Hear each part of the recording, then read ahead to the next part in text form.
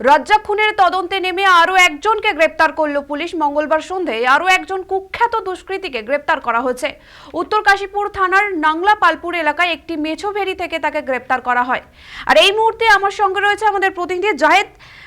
রাজ্জাক খুনের ঘটনায় এর আগে আমরা দেখেছি 5 জনকে গ্রেপ্তার করা হয়েছে, যার মধ্যে 2 জন তৃণমূল নেতা বলেও জানা গিয়েছে। আর গতকাল সন্ধ্যায় আরও একজনকে গ্রেপ্তার করা হয়, যার নাম জাকির উদ্দিন বা জাকির মোল্লা বলে জানা যাচ্ছে। কিভাবে তাকে গ্রেপ্তার করা হলো যদি বিস্তারিত জানাও। দেখো, এই যে জাকির যাকে গ্রেপ্তার করেছে পুলিশ, সে কিন্তু একজন কুখ্যাত ডাকাত হিসেবেই পরিচিত এবং পুলিশের খাতায় তার কুখ্যাত ডাকাত হিসেবে নাম আছে। এবং সব থেকে বড় বিষয় হলো সে কিন্তু এর আগে 10 বছর জেল খেটে এসছে। তার নামে একাধিক মামলা রয়েছে, মানে খুন থেকে আরম্ভ করে ডাকাতি থেকে আরম্ভ করে বিভিন্ন রকম অপরাধমূলক তার নামে অপরাধমূলক ঘটনার তার মামলা রয়েছে তার নামে। এবং সে 10 বছর জেল খেটে এসছে, কুখ্যাত ডাকাত বলেই কিন্তু সে পরিচিত। এবং এই যে রাজ্জাক খুনের ঘটনা, সেই ঘটনায় যে অস্ত্র আনা হয়েছিল অর্থাৎ বন্দুক, চপার, সেগুলো এই রাজ্জাকই বয়ে নিয়ে এসেছিল, এমনটাই কিন্তু পুলিশ সূত্রে আমরা জানতে পেরেছি। এবং এই যে প্রথম যাকে গ্রেপ্তার করা হয়েছিল সে কিন্তু এই রাজ্জাককে ভাড়া করে এনেছে, অর্থাৎ মোফাজ্জল গাজী, সে কিন্তু এই রাজ্জাককে ভাড়া করে এনেছিল বলেই কিন্তু সূত্র মারফত জানা যাচ্ছে। এবং এই রাজ্জাকে গুলি চালিয়েছে এবং চপার দিয়েছে, সেখানে একাধিক লোক ছিল। একটা কথা বলবো যে পুলিশের যে বড়সড় সাফল্য, দেখো কোনো সিসিটিভি ক্যামেরা ছিল না, সেইভাবে কিন্তু কোনো প্রমাণ পাওয়া যায়নি। তারপরেও কিন্তু একের পর এক এই যে গ্রেপ্তার কিন্তু একেবারে রাজ্য পুলিশের সেটা কিন্তু একেবারে বড়সড় সাফল্য বলেই কিন্তু সাধারণ মানুষ মনে করছে। মানে একের পর এক এ পর্যন্ত প্রায় পরপর 6 জনকে গ্রেপ্তার করেছে এবং পুলিশের ধারণা আরো এর সঙ্গে আরো 2-1 জন জড়িত থাকতে পারে। তাদের খোঁজেও তল্লাশি চালাচ্ছে পুলিশ এবং সেগুলো দেখছে।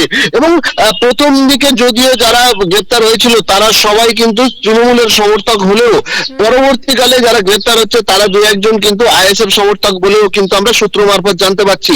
তবে এই যে জাকির গাজী, সে কিন্তু কুখ্যাত ডাকাত হিসেবে পরিচিত ছিল।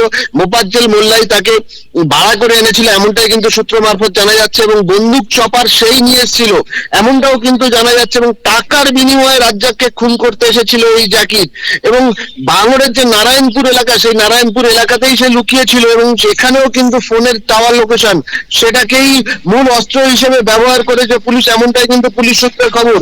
এবং এই যে নারায়ণপুর এলাকা, সেখান থেকেই পুলিশ তাকে গ্রেপ্তার করেছে এবং টাকার বিনিময়ে রাজ্জাককে খুন করতে এসেছিল এই জাকির গাজী, এমনটাই কিন্তু পুলিশ সূত্রে খবর। তবে পুলিশের ধারণা এর সঙ্গে আরো কয়েকজন জড়িত আছে এবং তাদের তল্লাশি চালাচ্ছে পুলিশ এবং অবিলম্বে তাদেরকে গ্রেপ্তার করা হবে, এমনটাই কিন্তু পুলিশ সূত্রে খবর। ধন্যবাদ জাহেদকে।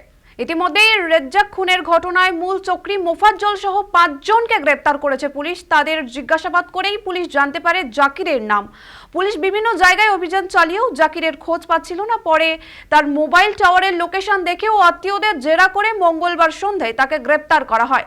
তদন্তে নেমে পুলিশ আরও জানতে পারে ধৃত জাকির উদ্দিন আগে ডাকাতির অভিযোগেও ধরা পড়ার পর 7 বছর জেল খাটে।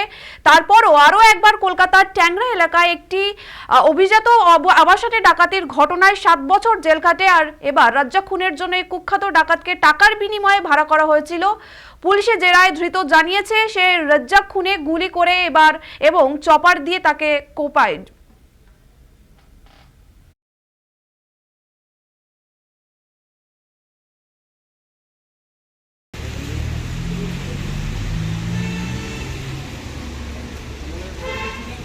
কেন মারলে কেন রাজ্জাককে?